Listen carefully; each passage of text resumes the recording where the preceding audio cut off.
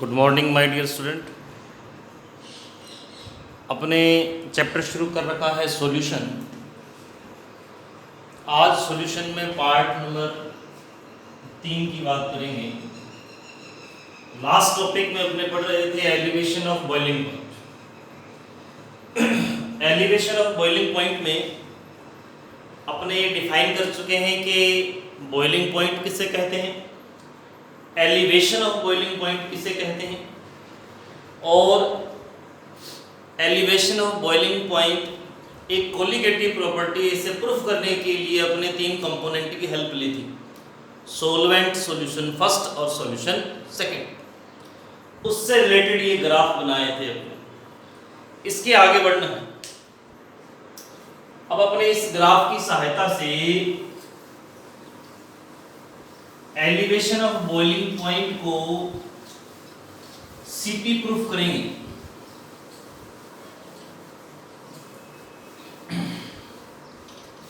इस ग्राफ की सहायता से एलिवेशन ऑफ बॉइलिंग पॉइंट को सीपी प्रूफ करना है। कैसे करेंगे देखिए, अपने पास इस ग्राफ में आपको ट्रायंगल दिख रहा होगा ए ई सी, ऐसे ही A D B, triangle A D B, A D B, और एक और ट्रायंगल है ए ई सी। दो ट्रायंगल हैं ए डी बी और ए ई सी। ये जो ट्रायंगल हैं इक्विलैटरल है। कैसे हैं जी? इक्विलैटरल है। इन ट्रायंगल की जब अपने कंपैरिजन करेंगे, इनकी कंपैरिजन करेंगे तो कंपैरिजन करने पे मिलेगा कि देखिए long arm upon short arm, AC upon AB, ये बड़ा हिस्सा है, ये छोटा हिस्सा है। Long arm upon short arm, ऐसे इस लाइन पर बड़ा भाग लॉन्ग आर्म AE अपॉन में AB। दोबारा देखो इसको जरा। अपने एलिवेशन ऑफ बॉइलिंग पॉइंट को सीपी प्रूफ करना चाह रहे थे, और सीपी प्रूफ करने के लिए आपके पास कितने कंपोनेंट थे, कितने घटक लिए? 3 कंपोनेंट लिए। सॉल्वेंट लिया, सॉल्यूशन फर्स्ट और सॉल्यूशन सेकंड, और इसके वेपर प्रेशर और बॉइलिंग पॉइंट में आपने ग्राफ बना रखा है। सॉल्वेंट ले रखा है, सॉल्यूशन फर्स्ट ले रखा है, सेकंड ले रखा है, इसके वेपर प्रेशर और बॉइलिंग पॉइंट में ग्राफ है। वेपर प्रेशर पहले से सीपी है, इसको इसके साथ रिलेट कर देंगे तो ये भी सीपी हो जाएगा। ग्राफ जब बनाया तो इस प्रकार से ग्राफ बन गया। ग्राफ में ये जो ट्रायंगल है इक्विलैटरल है। अब इक्विलैटरल के लिए कंडीशन क्या आ गई? ये देखिए जो लॉन्ग आर्म है, बड़ा भाग है AC अपॉन AB, किसके इक्वल होगा? AE upon AD। अब इसको स्टडी करना है, रीड करना है कि AC का क्या मतलब है। देखिए AC को पढ़ेंगे तो नीचे की तरफ स्टडी करें, इधर पढ़ने से फायदा नहीं मिलने वाला, रिजल्ट नहीं मिलेगा। अगर आप A का मतलब PO बना दोगे तो C को भी क्या बनाना पड़ेगा? PO। हमें रिलेशन बनाना है, बिगाड़ना नहीं। तो A और C को नीचे लेके आइए। A का मतलब क्या बना? TB। C का मतलब क्या बन गया? T2। अपॉन में क्या है? AB। AB देखें तो A का मतलब तो क्या था? TB, और B का मतलब क्या है? T1। पहले भी देखते हैं AC, AC, A का मतलब TB, C का मतलब T2। दोनों में से बड़ा कौन है? T2। तो लिखें T2 माइनस TB अपॉन में AB, ये AB आ गया, T1 माइनस टीबी इक्वल देखें तो ए ई है, सॉरी ये सी नहीं, ये कौन है, ए ई अपॉन में ए डी। ए को अब ऐसे नहीं पढ़ सकते अपने, क्योंकि ए का मतलब पहले टीडी बना चुके हैं, अब ए को इधर आइए पीओ, ई का मतलब पी2, बड़ा कौन है, पीओ, पीओ माइनस पी2 अपॉन में एडी, पीओ माइनस पी1। दोबारा देख लें, मेन पॉइंट इतना ही है इसके अंदर, बाकी सब इजी है काम। कि अपने को एलिवेशन ऑफ बॉइलिंग पॉइंट को सीपी प्रूफ करना है। सीपी प्रूफ करने के लिए बेटा जी ग्राफ बनाया है, ग्राफ की ढंग से स्टडी की है। हमने देखा कि दो ट्रायंगल हैं, इक्विलैटरल हैं, ट्रायंगल ए डी बी है, और एक ट्रायंगल कौन सा है, ए ई सी है। अब इन दोनों ट्रायंगल के अंदर हमने कह दिया कि ए सी अपॉन ए बी इक्वल होगा ए ई अपॉन ए डी। ए का मीन ऐसे पढ़ोगे तो टी बी, इधर जाओगे तो पी। बी की स्टडी करोगे तो T1 और बी के लिए वेपर प्रेशर P1, सी के लिए टेम्परेचर T2 और सी के लिए वेपर प्रेशर P2। अब देखिए जरा ये क्या बन गया, इस पार्ट को क्या बोलेंगे, ये बन गया एलिवेशन ऑफ बॉइलिंग पॉइंट। देखो ये सॉल्यूशन में से सॉल्वेंट ही तो घटाया है, आपने लिखा था क्या कि डेल टीबी किसके इक्वल होता है, टी माइनस टीबी। तो ये टी है, सॉल्यूशन ये तो है, और ये सॉल्वेंट, तो ये बन गया डेल टीबी। डायरेक्टली प्रोपोर्शनल किसके आ रहा है, ये क्या बन गया, del P. PO minus PS ही तो है, ये भी पीओ माइनस क्या है, पीएस। ये लाइन आती है। एलिवेशन ऑफ बॉइलिंग पॉइंट जो है लोअरिंग ऑफ वेपर प्रेशर के डायरेक्टली प्रोपोर्शनल है।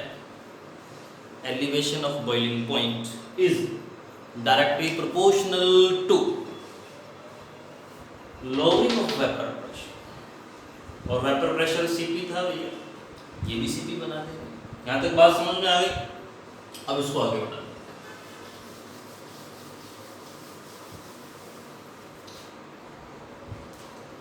अब आप डायरेक्टली प्रोपोर्शनल के सिंबल को हटाइए, आपके पास क्या आ गया, के डेल पी। के क्या बन गया, कांस्टेंट है, के बन गया कांस्टेंट, डायरेक्टली प्रोपोर्शनल कांस्टेंट। अब इस डेल पी की वैल्यू निकालनी है। डेल पी की वैल्यू कैसे निकालोगे, डेल पी आएगा Raoult's law for dilute solution. याद करो राउल्ट लॉ आया था डाइल्यूट सॉल्यूशन के लिए, PO minus PS upon PO is equal to NA upon NB. दोबारा देख लें, अपने del T B directly proportional कर दिया del P. Elevation of boiling point जो है लोअरिंग ऑफ वेपर प्रेशर के डायरेक्टली प्रोपोर्शनल है। डायरेक्टली प्रोपोर्शनल के सिंबल को रिमूव किया, इक्विलिब्रियम कांस्टेंट आ गया। डेल पी की वैल्यू पुट करनी है, तो Raoult law for dilute solution, PO minus PS upon PO is equal to N upon NB. ये PO minus PS solvent minus solution, solvent minus solution तो है, यानी कि इस पार्ट को हमने नाम दिया था डेल पी अपॉन क्या है, PO N upon NB.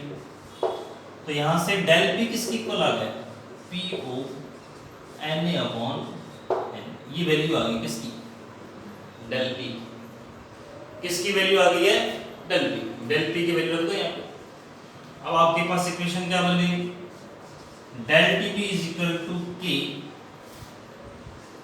PO Na upon N। Na क्या था याद करो, Na था मोल ऑफ सोल्यूट, किसके इक्वल हो गए W अपॉन Na। Nb किसके इक्वल था मोल ऑफ सोलवेंट, किसके इक्वल आ गया WB अपॉन Mb। वैल्यू रख दीजिए, ये वैल्यू जब आप रख देंगे तो आपके पास डेल TB किसके इक्वल आ गया KPU। Na किसके इक्वल है WAN। Nb किसके इक्वल है WB। बन गया डेल TB का फॉर्मूला। अब इस इक्वेशन में ध्यान से देखो, ये डेल TB किसके डायरेक्टली प्रोपोर्शनल, किस पे डिपेंड कर रहा है WA पे।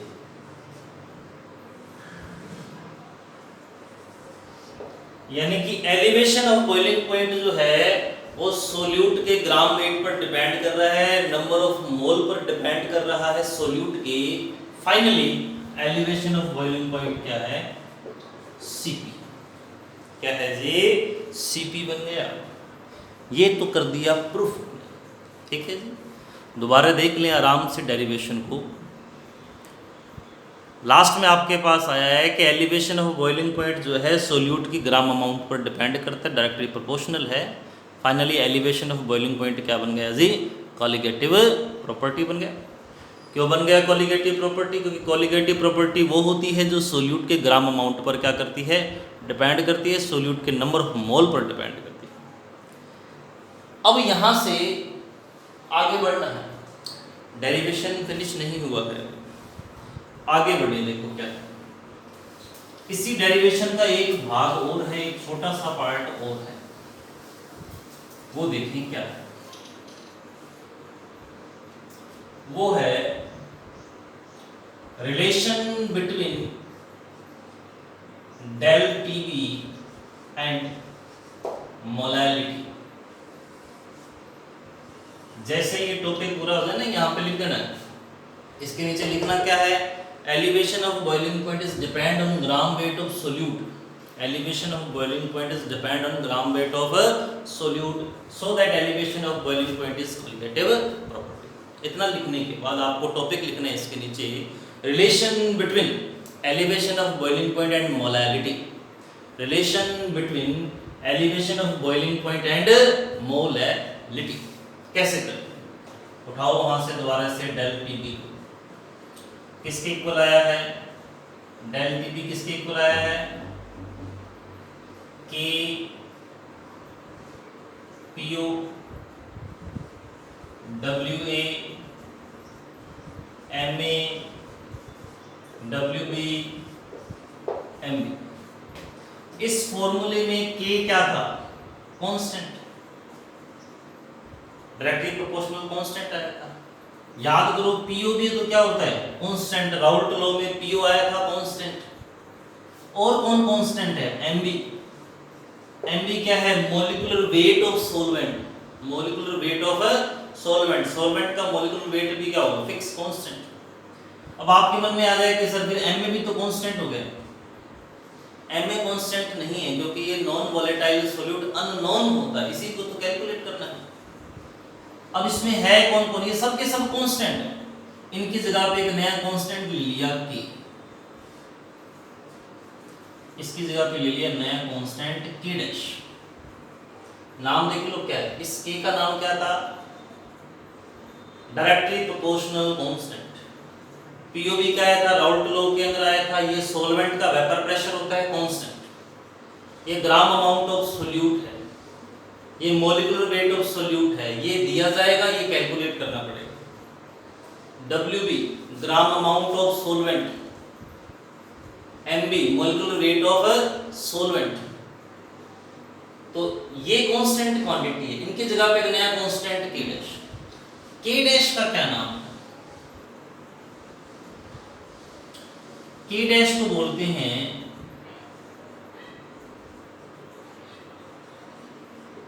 Elevation constant. के डैश का क्या नाम है? Elevation constant. अब इसकी जगह पर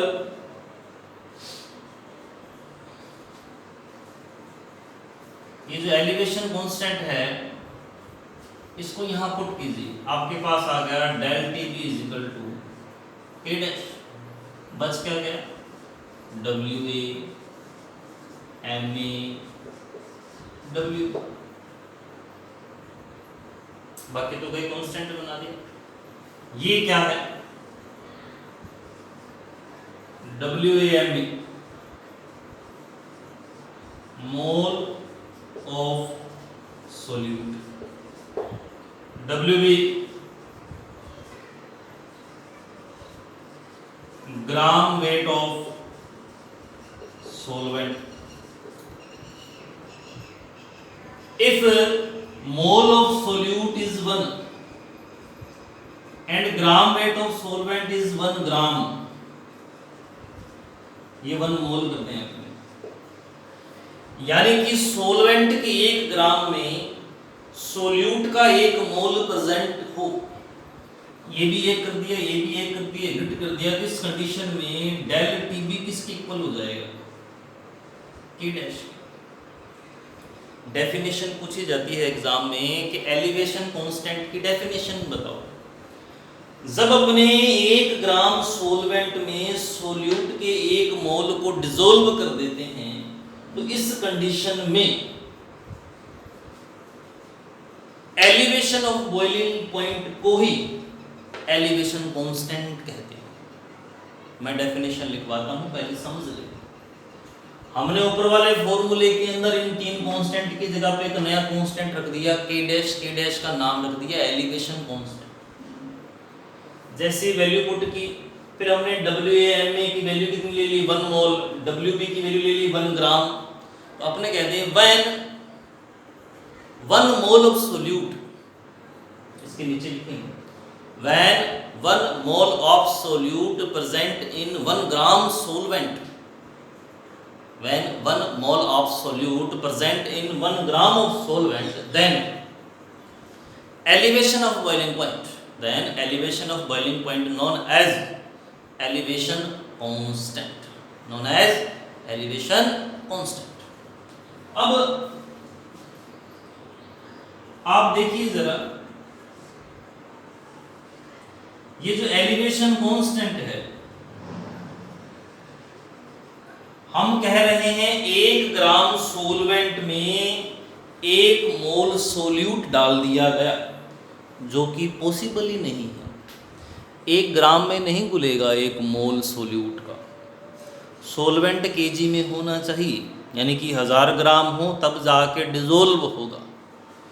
तो ये जो एलिवेशन कांस्टेंट है जो ग्राम में दे रखा है, इसको केजी में कन्वर्ट कर देते हैं। लो जी, 1000 से भाग लगा दिया, divide by 1000 by, because convert gram into kg. Now look that constant upon constant, new constant known as kb, constant बटे constant, नया constant, क्या नाम ले दिया इस constant को? kb। इस kb का क्या, इस kb का एक और नाम है, देखिए बताते हैं।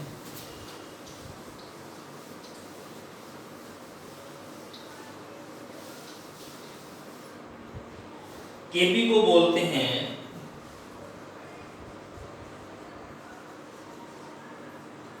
मोलल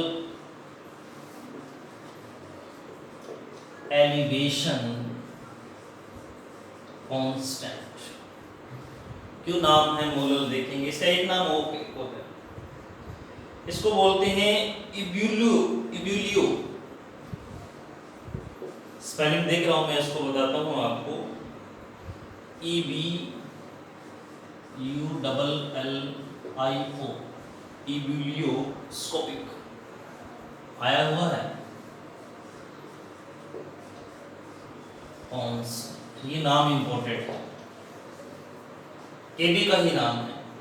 अब आपने देखा कि K' अपॉन 1000 किसके इक्वल है? KB की, तो फिर K डैश किसके इक्वल आ रहा है, KB मल्टीप्लाई 1000। इस K डैश की वैल्यू यहाँ रख दीजिए आप इस इक्वेशन में। इस इक्वेशन में जैसे रखेंगे तो डेल TB किसके इक्वल आ गया, K डैश की जगह पे क्या रखा है, KB,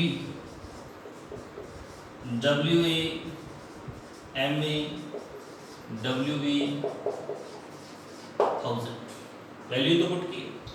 अब जरा इस पार्ट में देखो क्या बन गया, ये मोल ऑफ सॉल्यूट, ये सोलवेंट इन केजी, मोलैलिटी बन गई